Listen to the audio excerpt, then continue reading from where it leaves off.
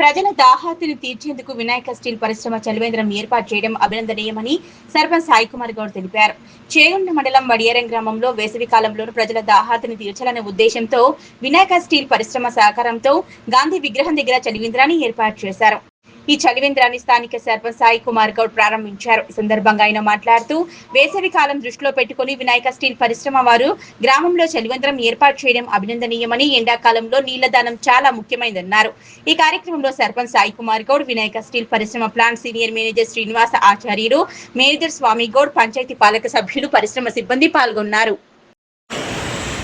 ఈరోజు మా వడియారం గ్రామంలో వినాయక్ స్టీల్స్ లిమిటెడ్ వారి సహకారంతో చలివేంద్రం ఏర్పాటు చేయడం జరిగింది. రాబోయే రోజుల్లో ఎండల తీవ్రత ఎక్కువ ఉన్నందున ప్రతి సంవత్సరంలాగే ఈ సంవత్సరం కూడా మా వడియారం గ్రామంలో చలివేంద్రాన్ని ఏర్పాటు చేసినాం.